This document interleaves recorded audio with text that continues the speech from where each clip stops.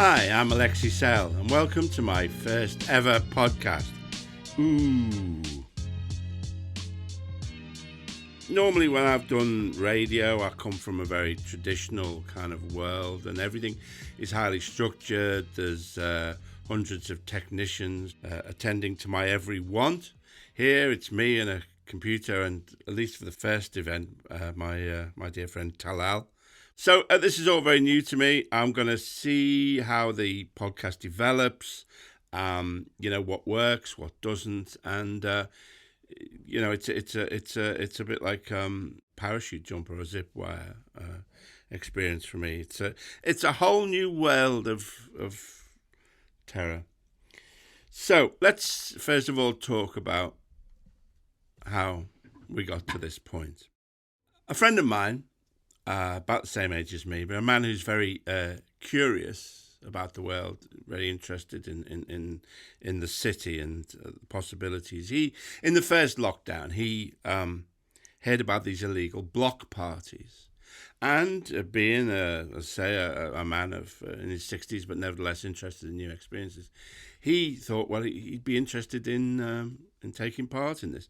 So he searched around the dark web or wherever until finally he found an invitation, a notification of an illegal block party. And on the front page was this little box, and it said, one of those tick boxes, it said, "Are you over 18? So he ticked yes, and immediately the website said, well, fuck off then.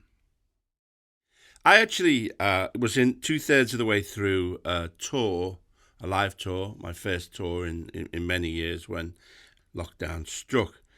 I was in Liverpool. I'd just done a week at the Epstein Theatre in Liverpool, been very successful. I can remember on the Saturday night we had a very gloomy taxi driver taking us from my apartment to the venue, fat, depressed man in shorts and sandals, and he was going, "It's fucking town, mate. It's fucking dead town. It's fucking dead, mate."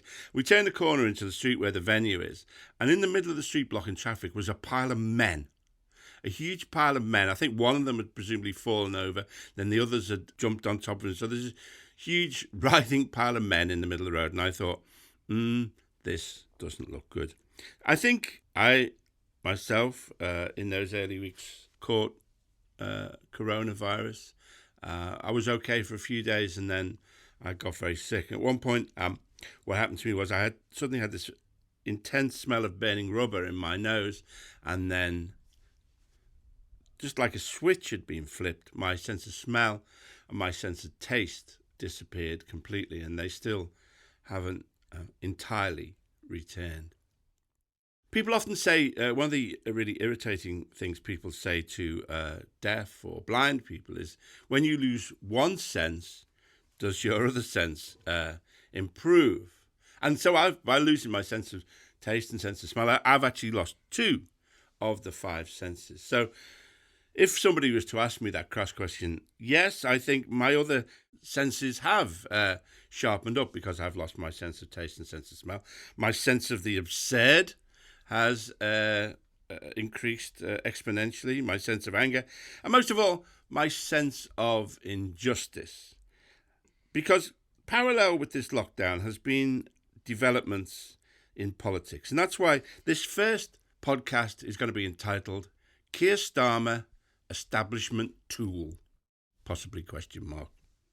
I always hated the Labour Party, really. I was brought up in a much more kind of radical left-wing tradition. Both my parents were in the Communist Party, and I've said this before, but I'll repeat it. My mother, to her dying day, would not admit that there was anything wrong with the Soviet Union. The most she would say was mistakes were made. Mistakes were made, but as she used to say, you can't make an omelette without murdering 40 million people. My act of rebellion against my parents, rather than to move more right-wing, was actually to move more left-wing.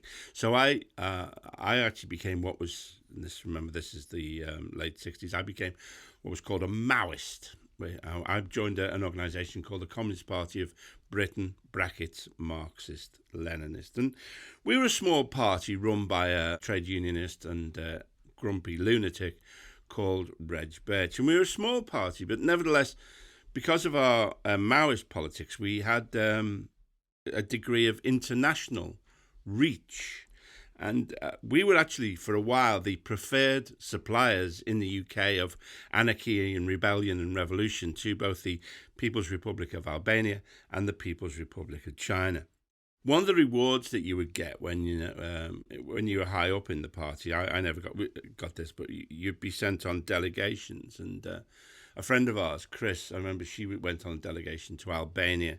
And there was revolutionaries, Maoists from all over the world.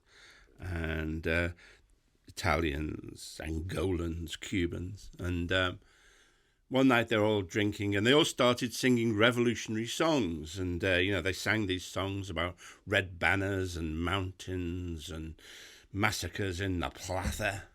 And finally they turned to Chris, our British friend, and said, now you sing one of your revolutionary songs. She thought about it for a minute, and in the end, the only revolutionary, or the only song she could think of, I guess she was a bit drunk, the only song she could think of was On Ilkley Moor Bar Tat.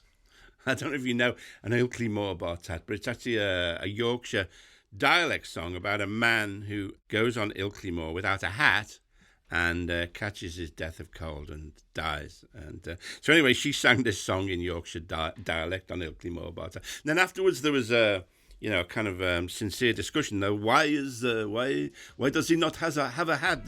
Has the kulak class, that class of rural landowners, have they stolen his hat? It is a deeply sad song. This man is obviously a victim of capitalism. He cannot even afford a hat. So it worked out quite well.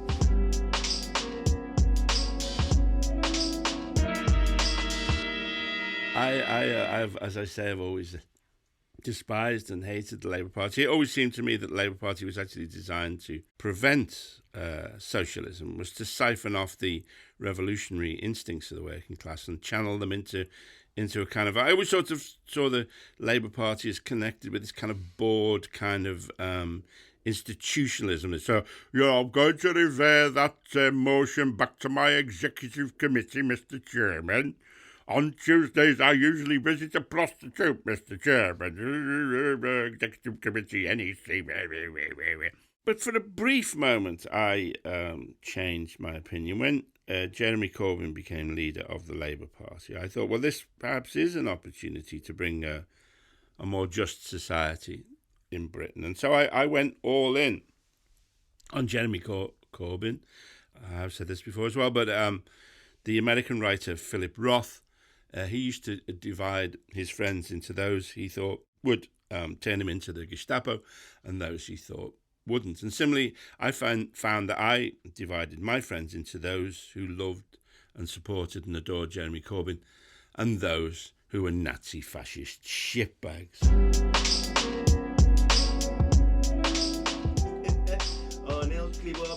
You sing that at Woodcraft Folk. Fucking Woodcraft Folk. Yeah, mate. Talal has just revealed to me that he used to go to Woodcraft Folk. I always think of Woodcraft Folk as being the paramilitary branch of the co-op.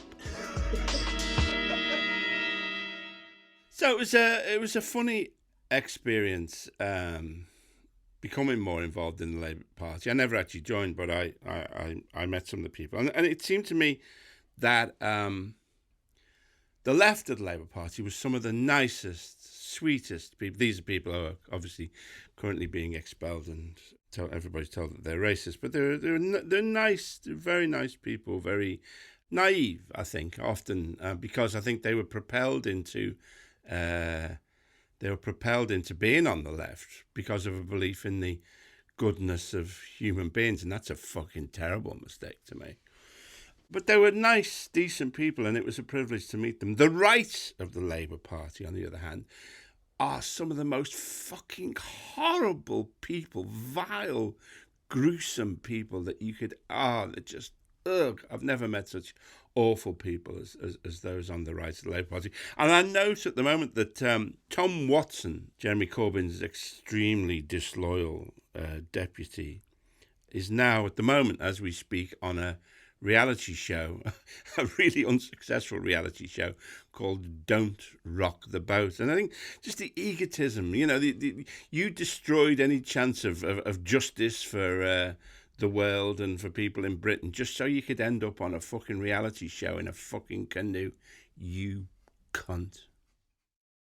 So, yeah, the Labour Party. So it all went horribly wrong. And as I say, my senses, my other senses, including my sense of injustice, has been sharpened. And it's sharpened particularly about the man who is now in charge of the Labour Party, Sir Keir Starmer.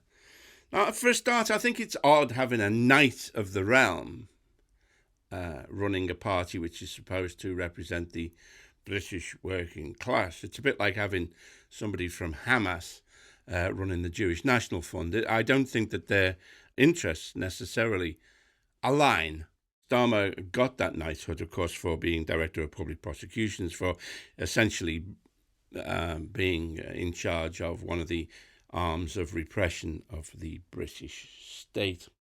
Now, one of the weird things about Starmer is that he is in this thing called the Trilateral Commission. Now, the Trilateral Commission is this organisation, this kind of right-wing organisation, which was founded by the banker David Rockefeller, and it has Kissinger's in it, and a lot of the heads of the secret services around the world are also in it. And Starmer is the only MP who is a member and was invited to join the Trilateral Commission as soon as he became an MP.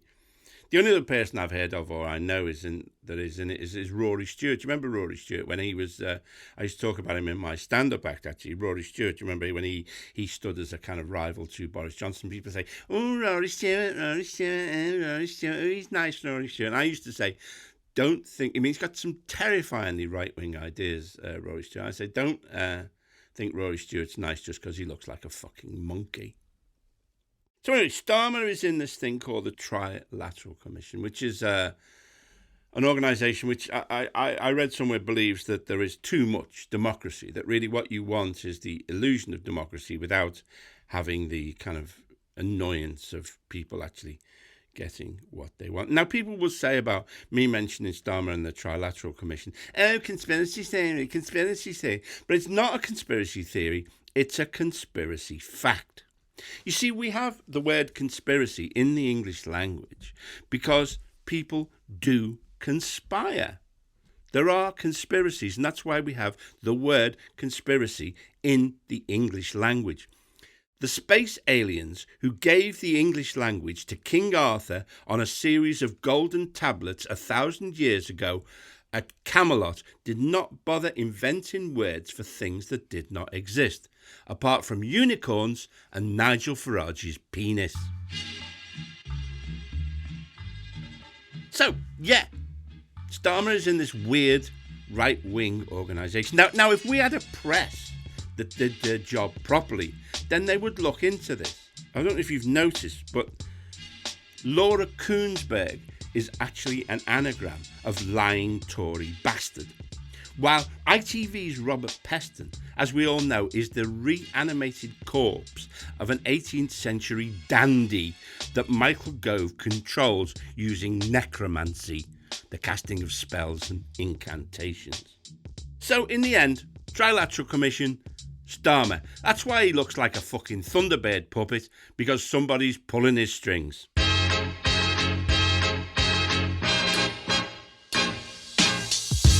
Okay, so this week I've talked about the deficiencies of the right wing, or the right wing of the Labour Party. Next week, I think I'll talk about other things, hopefully things that have happened to me during the week and stuff like that. But also, I think I might focus on the left, the hilarious, amusing things that the left get up to. Oh yeah, the other thing I've done is I've started an official YouTube channel, and what I'm going to do these bike rides. At the moment, it's going to be called Alexei Sayle's Lockdown Bike Ride, and I'm just going to ride around my neighbourhood or go further and talk. And it's a more kind of relaxed. It won't be like a political thing like the podcast, but I think it'd be an interesting kind of. I'll talk about the things I ride past, the things that and the things that prompt memories, and maybe also we'll contrast the bike ride now with everything shut with when everything's open. So I think I did a bike ride thing for The Guardian a few years ago, and it was really interesting. So visual content, I'm going to be doing that as well. Bike ride, watch a fat man cycling around London. The channel's called Alexei Sayle, and you'll find a link in the podcast description. Thank you. See you next week.